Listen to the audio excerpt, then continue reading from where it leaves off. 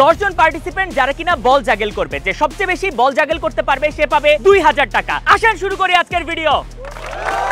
4 5 ওকে 4 5 ও 6 7 8 9 10 51 52 53 53।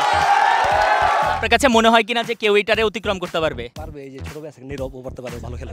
8 9 9 ওকে 1 2 3 4 500 43 44 45 46 54 55 56 57 58 59 60 61। আপনি ডিসঅ্যাপয়েন্টেড মনে হচ্ছে কেন? আরো বেশি পারবে, আরো বেশি পারতেন, কিন্তু আপনি কিন্তু এখনো লিড করতেছেন। 16 17 18 19। ওহো 1 2 3।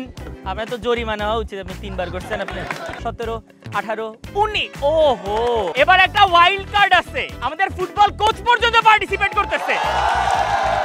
আসেন স্যার চলে আসেন। 44 45 46 47 48 49।